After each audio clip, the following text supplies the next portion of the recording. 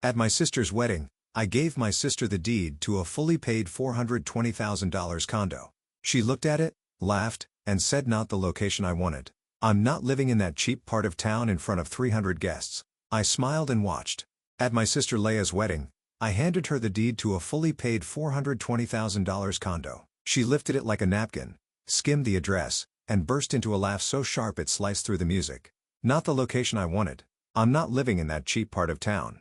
Nearly 200 guests turned, waiting for me to crumble. But I didn't. Something inside me clicked into place. Cold, clean, unmistakable. I smiled at her, and in that moment I realized she had no idea what she had just started, and neither did the rest of them. My name is Emily. I'm 38, a lawyer who negotiates massive deals for a living, the kind where a single misplaced comma can unravel an entire transaction. People hear that and picture sharp suits, panoramic views, a life of precision and control. And yes, that's part of it. But what they don't see is the exhaustion. Those 100-hour weeks, the cold coffee forgotten on my desk, the quiet walk home through a city that never really feels like mine. Still, I've always carried myself like someone who could take the hit. I was raised that way. Growing up, my mother, Marion, had a habit of labeling us as if she were casting a play she never planned to rewrite. "Emily is the strong one," she'd say at Thanksgiving, or over birthday cake, her tone soft but final. Then she'd turn to my sister Leia and add, "And Leia is the creative one." Everyone would laugh, nodding at the simplicity of it. But those labels weren't harmless. They were assignments. Strong one meant dependable. Dependable meant responsible. Responsible meant I covered the gaps, the bills, the crises, the emotional cleanup.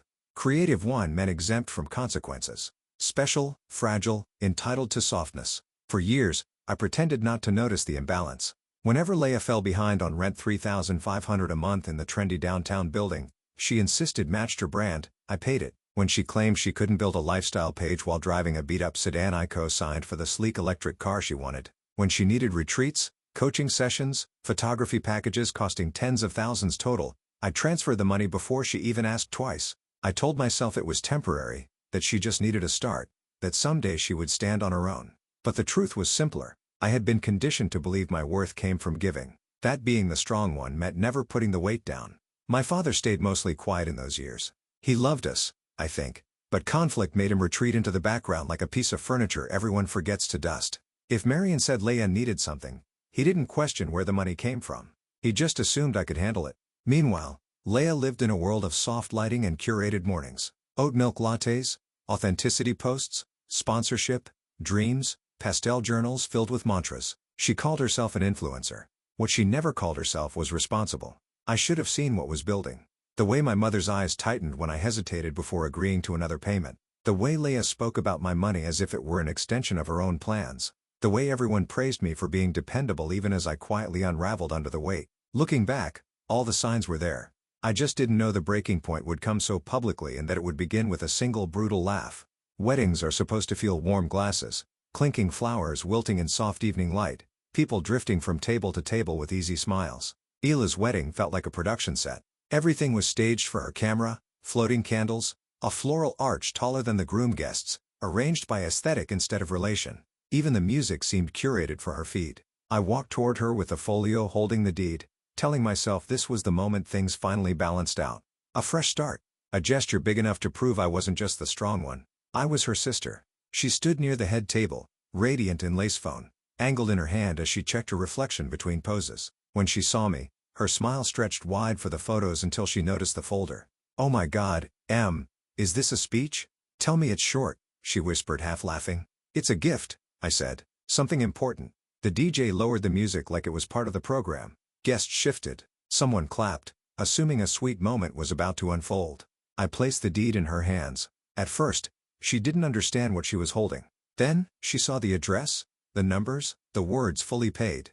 Her eyes widened, not with gratitude, but calculation. And then she laughed. It wasn't the soft, embarrassed kind of laugh someone makes when they're overwhelmed. It was sharp, performed, designed to travel. Heads turned instantly toward us.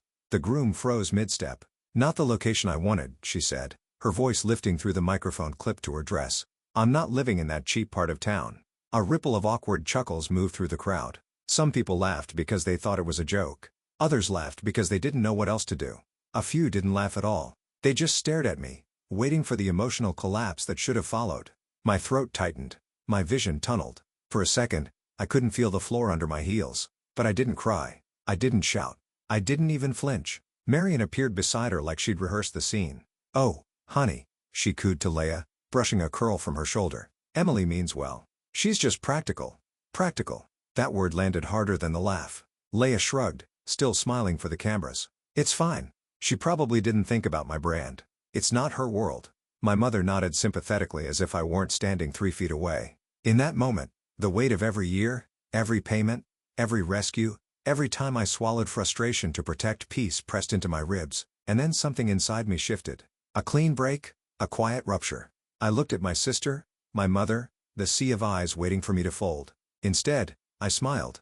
Not the smile they expected, the one that meant I finally understood exactly what I was dealing with and exactly what I was going to do next. I slipped away from the head table as the music swelled again, pretending to admire the flower arrangements while I tried to steady my breathing. My hands were shaking, but not from sadness. It felt more like the slow, bright burn of clarity spreading through my chest. I made it halfway toward the exit before I heard heels clicking rapidly behind me. "Emily," Leia hissed. I turned. She stood beside a wall of champagne flutes, veil slightly crooked, eyes blazing. "What was that?" she demanded. "Were you trying to embarrass me?" "It was a gift," I said, keeping my voice level. "A gift?" She gave a choked laugh. "To that neighborhood? Did you even look at the lighting in those units? It would destroy my content and you gave it to me in front of everyone. You know my brand. Why would you sabotage me like that?" Her words hit me like cold water.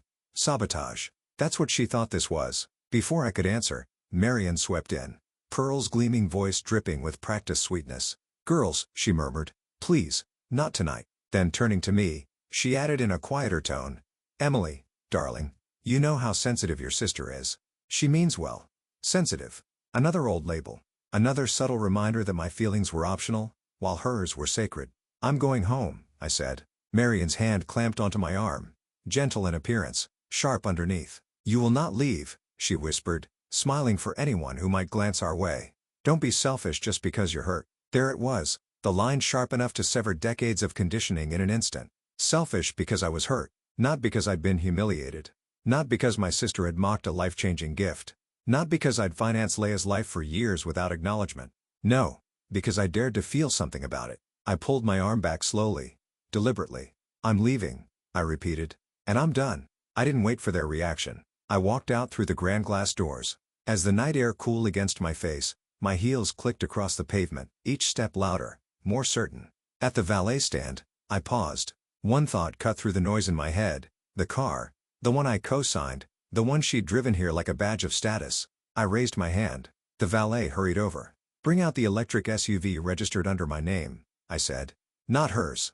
He blinked, confused, but nodded. For the first time all night, I felt the corners of my mouth lift. Not a polite smile.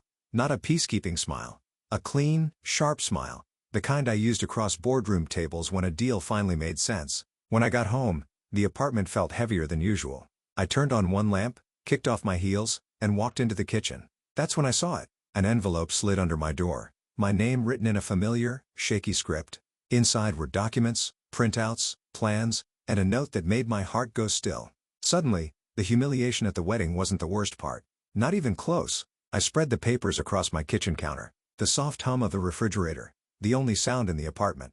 The envelope had been left by Adam the groom, though his note was short, almost apologetic. He'd written that he'd found these in a shared folder on Leia's phone while she was getting ready earlier that day.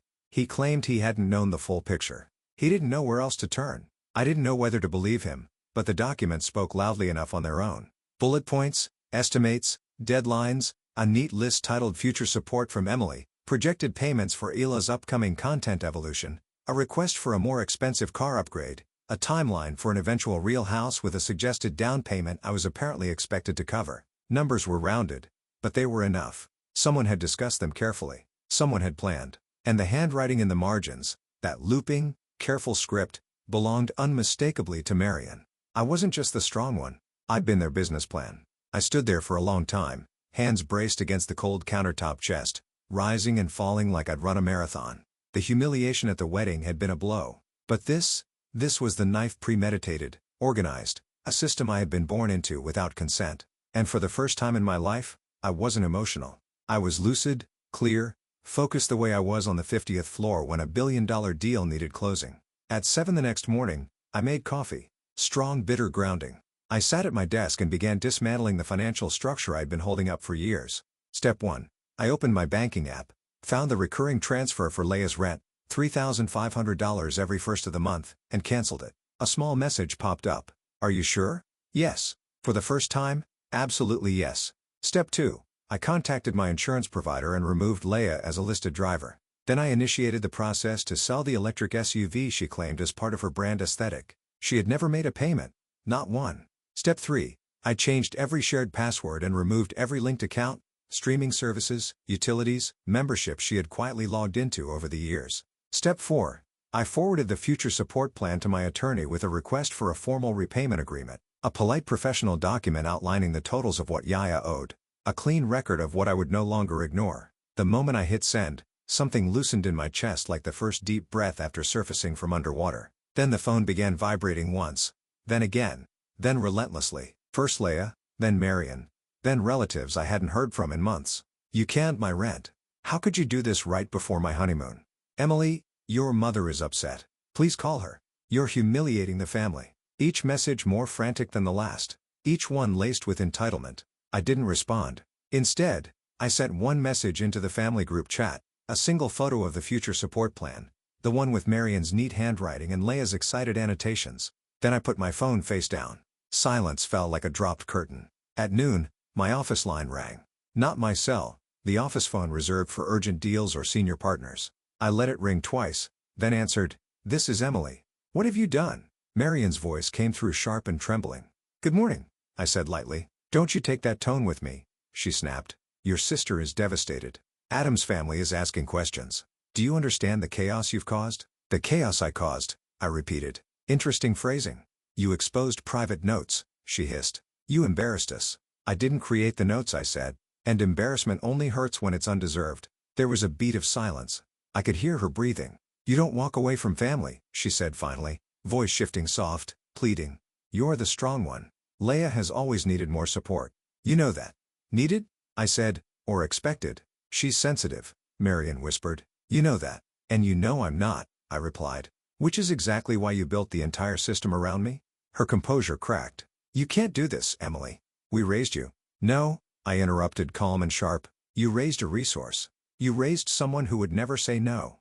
And now I'm saying it." She inhaled sharply like the ground had shifted beneath her. "If you walk away from this," she said, voice trembling. "You walk away from us." I considered her words. Once they would have gutted me. Now they held nothing but truth and freedom. "I'm not walking away," I said. "I'm stepping out of a role I never agreed to." There was a muffled noise, maybe a gasp, maybe a sob. "You'll regret this," she whispered. "No," I said. "I already regret not doing it sooner." I ended the call without slamming the phone. Just a quiet click, clean and final. By late afternoon, I drove to the hotel where Leia and Adam were staying before their honeymoon. She must have gotten word I was coming because she burst out the front doors. Mascara, smudged hair, unpinned. "You can't take the car," she cried. "I need it. My followers expect." I held out my hand. "The keys." She shook her head, tears falling. "You're cruel." "No," I said. "I'm done." Behind her, Adam stepped forward, guilt in his eyes. "I tried to tell her," he said softly. I nodded. "Take care of yourself, Adam." Leia dug through her purse with trembling hands, slapped the key fob into my palm, and stumbled back as if the act physically stunned her. People watched from the lobby. Some whispered, some pretended not to look. I didn't care. I walked past all of them, keys dangling from my fingers, sunlight glinting off the metal. It didn't feel like revenge. It felt like equilibrium, like the first honest step I'd taken in years. And as the elevator doors closed behind me, I realized something else. This wasn't the end of the family I grew up with. It was the beginning of the one I chose for myself. A week later, the condo I'd gifted, then reclaimed, found new life. A colleague mentioned his daughter and her partner, both medical residents, exhausted from overnight shifts and desperate for a safe place near the hospital. I offered it to them at a lower rate than I could have asked. Their gratitude felt nothing like the demands I'd grown used to. It felt clean, human. The electric SUV sat quietly in my garage, stripped of its symbolism. I drove it on a Sunday morning, windows down, letting the air wash away the last traces of Ila's perfume. Back home, I stepped onto my balcony with a cup of coffee. For once, it was still hot. The city felt different, wider somehow, as if I had space to breathe again. I wasn't the strong one or the responsible one. I was just a woman who finally set something heavy down. and the quiet didn't feel empty. It felt like mine. If there's one thing I learned, it's this. No is a complete sentence. And boundaries aren't cruelty, they're survival. Walking away from a role I never agreed to didn't break my family. It revealed the truth about it. If any part of this felt familiar, tell me your story in the comments and subscribe so you don't miss the next chapter. You're not alone in